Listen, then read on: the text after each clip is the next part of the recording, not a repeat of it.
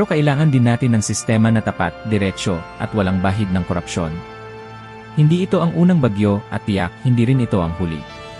Pero bawat bagyo ay paalala na kailangan nating maghanda, magtulungan, at magbantay. Hindi lang para sa sarili, kundi para sa kapwa. Gusto ko sanang tumulong. Gusto ko mag-donate ng pera para sa mga nasalanta ng bagyo. Pero ang tanong, saan ko ipapadala? I want to help.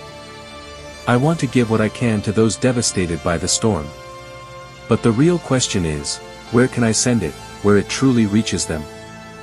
A donation untouched by commissions, kickbacks, or corruption. One that reaches the victims directly, without detours, without delay. If you know a way to give, transparent, direct, and without cuts, tell me.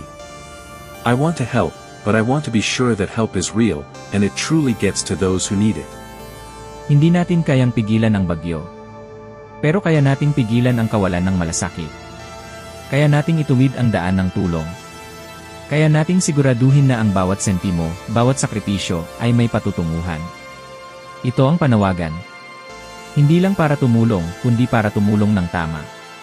Tulong na walang kurakot. Tulong na may direksyon. Tulong na may puso. These are the stories of those devastated, those who lost their homes, their livelihoods, and their hope. A donation that, hopefully, won't be reduced, no cuts, no commissions, no corruption. We don't need